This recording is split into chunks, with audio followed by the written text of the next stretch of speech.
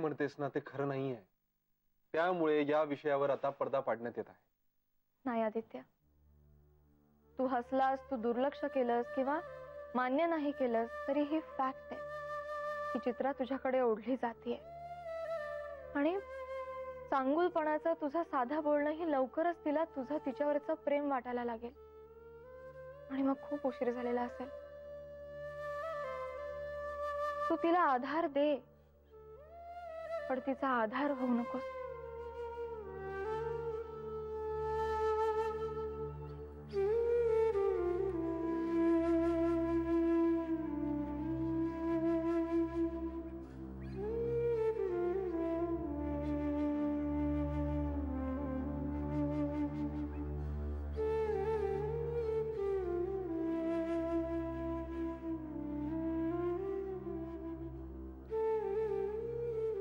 आधार दे, पण आधार होऊ नकोस. काय यार मेघना, कसलं विचित्र कोंडीत पकडलेस तुम्हाला. चित्राला नोकरीची अत्यंत गरज आहे आणि माझ्या ऑफिसमध्ये तिला पुन्हा संधी मिळण्याची दाट शक्यता निर्माण झाली आहे. मग आता काय करू मी? तिच्या या नोकरीला सपोर्ट करू की नको?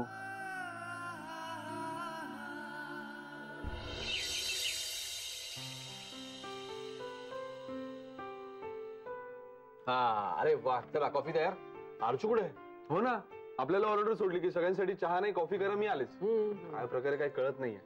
देसाई आहे ना ती, तिला चेन पडणार आहे का सरप्राईज दिल्याशिवाय? चला चला चला चला चला, good morning good morning good morning.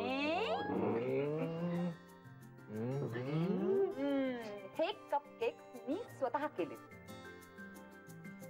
तू केलेस? म्हणजे काय, मी काय करू शकत नाही की काय? नाही नाही नाही, त्यांना असं म्हणायचं होतं की एवढ्या सकाळी. हा हा हा हा, मीच केले. काय सतीश, तुझा वाढदिवस वगैरे नाही ना, म्हणजे तिथीनी वगैरे? हा, शेरे बाबा, माझे कुठले लाड होत आहेत? इकडनं फक्त भावांचे लाड होतात. भैया, ये बोक्या किती खोटं बोलतोयस रे. कॉफी आणि कपकेक हा तुझाच आवडता मेनू आहे ना? Okay okay okay, coffee Garvel.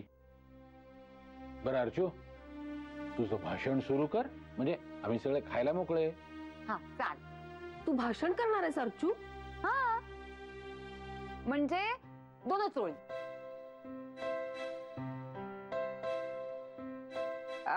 म्हणजे एकच शब्द. अर्चू आणि एकच शब्द. हो, एकच शब्द. आणि तो स्पेशली अमित दादा आणि आदित्यसाठी. थँक्स.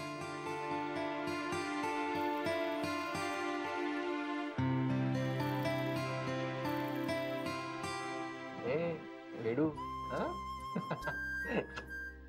Always welcome.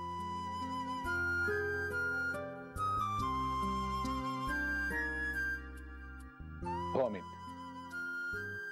आणि मलाही तेच म्हणायचंय. Thank you so much. थँक्यू.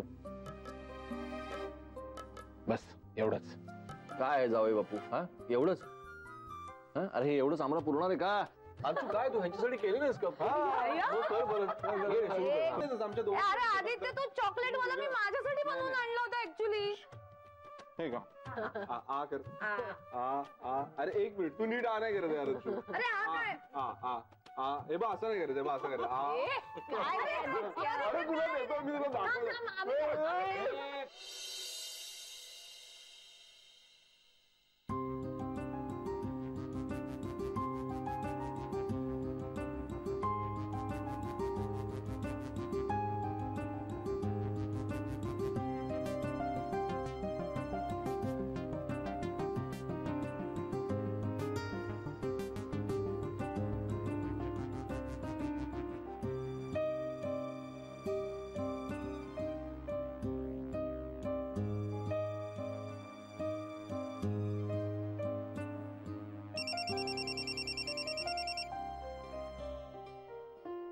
हा आदित्य बोल.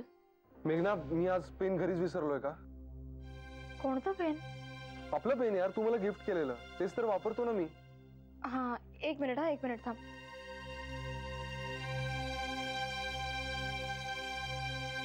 एक मिनिट होल्ड कर. आदित्य नाही, इथे नाहीये रे. तिकडेच नीट बघ. डाव्या उजव्या हाताने कुठेतरी ठेवलं असशील. नाही, इकडे मी शोधलं सगळीकडे. असं कसं केलं यार पेन? आदित्य तू खूप इरिटेट झालायस. प्लीज शांत हो. तुझ्या अस्वस्थतेचं कारण कळतंय मला. असं काही नाही यार, खरंच पेन सापडत नाही म्हणून अस्वस्थ आहे मी. ओके, तरी पण आज विषय अर्धवट सोडू नकोस. मेघना, हा विषय तू डोक्यातून काढू शकत नाहीस का? तू आल्यावर आपण बोलूया. नक्की बोलूया. बाय.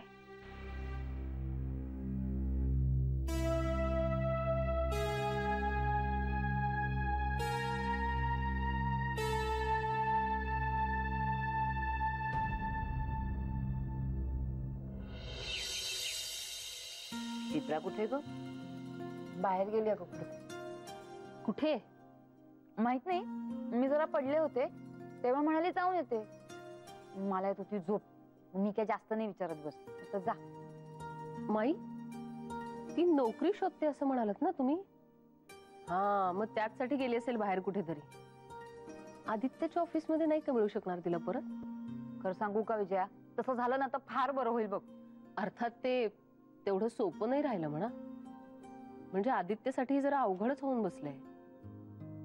काय झालंय, कन्फर्म झाल्या हिने नोकरी सोडली आणि आता महिन्या 2 महिन्यात म्हणते मला परत करायची. तिचं कारण कितीही जेन्युइन असलं तरी रेकॉर्ड वरती धरसोडपणाच दिसतो ना. वाईट वाटतं ग बिचारीचं. हा मनोट स्वभाव तरी असा काय ग? शी, किती हा विक्षिप्तपणा, किती तापट स्वभाव याचा.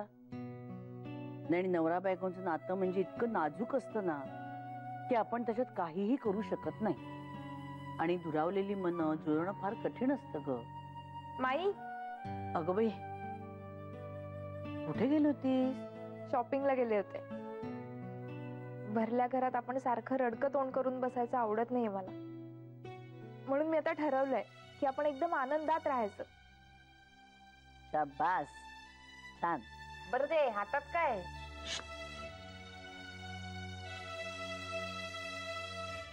माई, हे तुमच्यासाठी.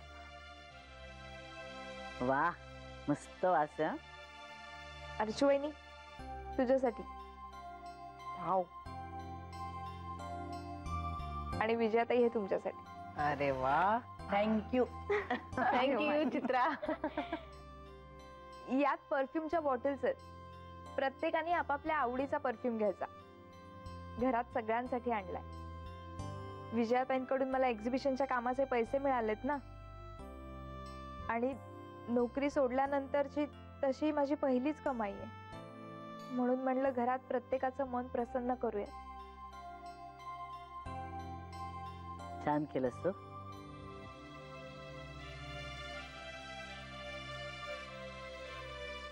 मेघना कुठे आहे? अभ्यास करत असेल ना. मी आले साहेब, तिला देऊन येते. आनंदी राहा आता. हो माई. खरं सांगू, चित्राचं हे आत्ताचं वागणं आहे ना, हे मला फार आवडलं. नाही म्हणजे दिवस रात्र तिने त्या मनोजसाठी नुसतं रडत बसणं म्हणजे त्या मनोजला नको तितका भाव देण्यासारखं आहे ना. हे असं आनंदात राहणं हे जास्त महत्वाचं आहे. म्हणजे त्याला सुद्धा कळू दे की तिचा सगळा आनंद हा काही फक्त त्याच्यावरच अवलंबून नाहीये, नाही का? ए, पण कळणार कसं त्याला? ही इकडे आल्यापासून तो फिरकलाय तरी का इकडे? किती हट्टीपणा करावा ना माणसाने. पण म्हणजे काय ग माई, आपण काय हे फक्त नुसतं बघतच बसायचंय का? नाना सांगत होते की नाही तिला, इतक्यात घाई करू नकोस जायची, पण ऐकलं नाही. आणि आता काय होऊन बसलं बघितलं ना. जरा धीर धरूया आपण, बघूया काय होतंय ते. चहा घे, गार होईल. पण हे जे काही आणलंय ना चित्राने ते मस्त आहे. अर्चू, माझा गजरा पण तेवढाच छान आहे हं. बघू तुझ्या गजऱ्याचा वास काय बघू. ग? माझ्या गजऱ्याचा वास नाही. दे, दाखव ना. त्याच्यापेक्षा माझ्या गजऱ्याचा वास जास्त छान आहे. अगं, हिने लावलंय.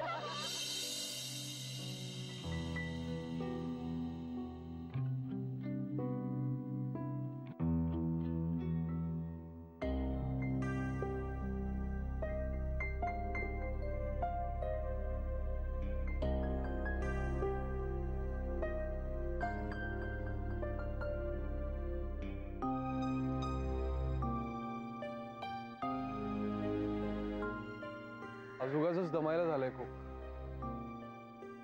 मन अस्वस्थ असलं की जास्त दमायला होतं. मस्तपैकी फ्रेश होऊन थोडा वेळ आराम कर. का फेऱ्या मारत होतीस इकडे? अरे दिवसभर एका ठिकाणी बसून अभ्यास करते ना, त्यामुळे मला पण थोडं घडल्यासारखं झालं होतं. इथेच रिलॅक्स होऊया मग थोडा वेळ. तुझी आवडती जागा आहे ना. हो, इथे थोडा वेळ शांत बसला तरी थकवा निघून जाईल.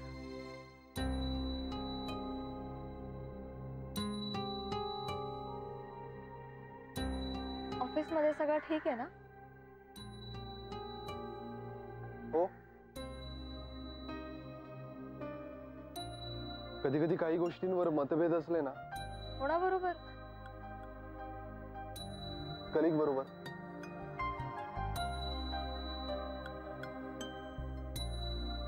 की काम करताना विचित्र दडपण येतं. म्हणजे आपलं मत चालवावं की कलिगचं हेच कळत नाही. आणि अशा वेळी एकमत तर होतच नसतं. मग अशा वेळी काय करायला पाहिजे?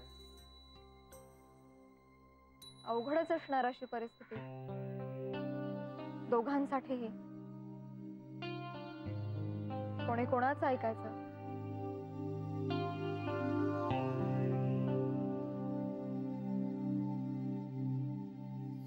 चित्राला माझ्या ऑफिसमध्ये पुन्हा नोकरी मिळण्याची शक्यता निर्माण झाली.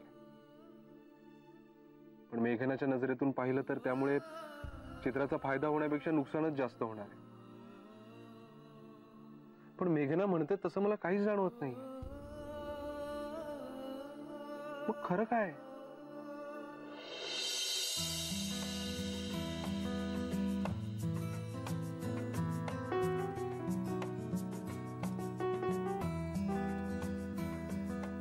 वाह, काय मस्त दरवळतोय मोगरा. सो स्वीट ऑफ युअर मेघना. सगळा थकवाच गेला माझा.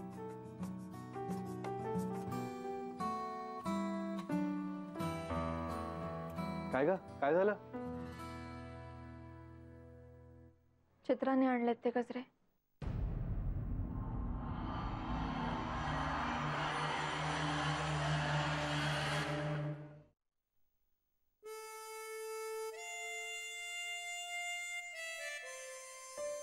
हा, बरं वाटतंय. आता बोला मॅडम, करा तुमचं लेक्चर सुरू. लेक्चर म्हणणार असेल तर बिलकुल बोलणार नाही. मग तू या कानानं ऐकून त्या कानानं सोडून देशील. Okay boss. काय तर तुझा हट्टच आहे की चित्रा माझ्या प्रेमात पडली? हट्ट नाही, पण हो, पडलीये. कमाल आहे यार तुझी. तुझ्या जागी जर दुसरी कोणी असती ना, तर चित्राच्या झिंज्या उपटून तिला घराबाहेर काढलं असतं. चित्र माझ्या प्रेमात पडली इतक्या शांतपणे कसं काय सांगू शकतेस तू मला? तुला काहीच वाटत नाही? असं कसं होईल? सुरुवातीला खूप राग आला मला. ती स्वप्नाळ डोळ्यांनी तुझ्याकडे बघायला लागल्यावर क्षणभर डोकंच फिरलं माझं. पण मग भानावर आले रे मी आदित्य. आर्ट गॅलरीत गेल्यावर चित्र पाहताना आपण कसे दूर जाऊन ते चित्र निहाळतो, तसं या चित्राचं मन निहाळलं मी. माझी तिच्याबद्दल काही एक तक्रार नाहीये. ती ज्या परिस्थितीतून जातीये, ज्या प्रकारे तिचा अपेक्षाभंग झालाय, मनोभंग झालाय, स्वप्नभंग झालाय, ते लक्षात घेतलं तर चित्र म्हणजे पंख दुखावलेलं फुलपाखरू आहे असंच म्हणावं लागेल आपल्याला. आणि फुलपाखराच्या पंखाला जितके हळुवारपणे उपचार करावे लागतील तसंच करावं लागणार आहे आपल्याला. ती तुझ्यात तिचं स्वप्न पाहतीये, तिचा आधार पाहतीये. या क्षणी तरी ती तुझ्यात विसावा शोधतेय. आणि आदित्य, तू तिला दूर लोटलंस तरी ती कोलमडून पडेल आणि जवळ केलंस तर कायमची जायबंदी होईल. तुला खरंच तारेवरची कसरत करावी लागणार आहे. तिचा पंख बरा होऊन ती उडायला लागेपर्यंत आपण कसंही करून तिला सावरून धरायला हवं. येतंय ना तुझ्या लक्षात?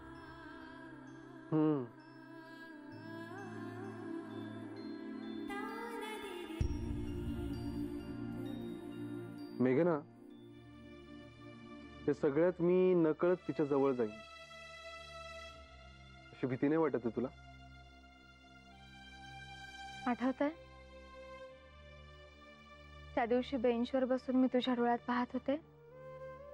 हो, तू म्हणत होतीस की मला फक्त तुझ्याकडे बघू दे. तुझ्या डोळ्यांनी पुन्हा एकदा मला सांगितलं, तू कधीच माझ्यापासून दूर जाणार नाहीस.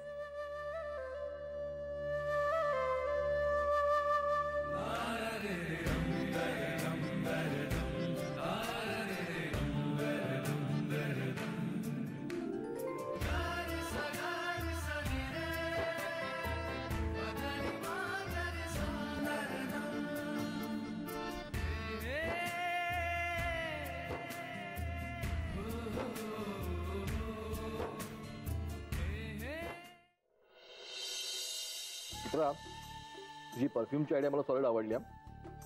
So sweet of you. Thank you Amit दादा. तुम्हाला आवडलं ना, मग झालं तर.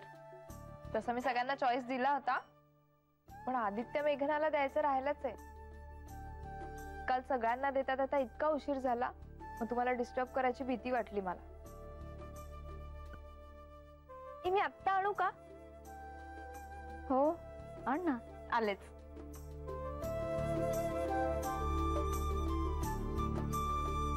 खरंच कौतुक वाटतंय मुलीचं. संसाराचं हे असं झालंय तरी सगळं धीराने घेते. एखादी असती तर तोंड वाकडं करून रडत बसली असती. निदान हसण्याचा प्रयत्न तरी करते. चांगलाय. चला मी निघतो. काय मॅडम, तुमच्या अभ्यासाचं कुठपर्यंत आलंय? वर्षभर झोपा काढल्या, आता बसलीये जागत. नाही नाही, पण मी पण जाते आता अभ्यासात. चला चला चला, bye bye bye bye bye. होय, तू जा खरंच अभ्यासाला. माझाही नाश्ता संपला की मी पळतोच ऑफिसला. Okay, bye bye.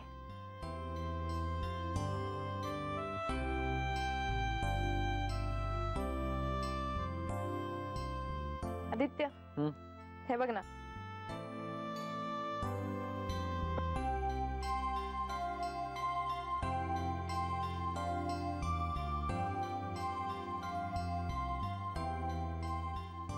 Thank you.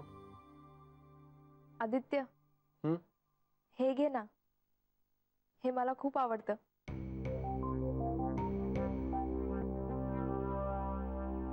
Okay.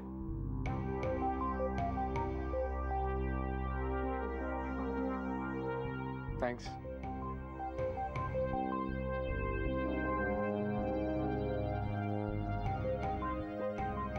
काय झालं? काही नाही, असंच. आयुष्यात घडतं असं कधी कधी. असंच है ना. चल बाय. बाय.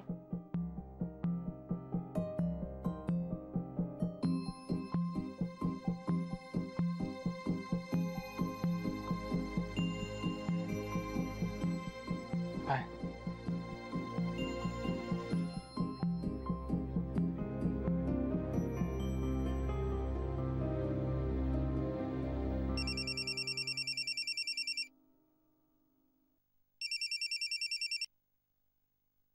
हॅलो बाबा.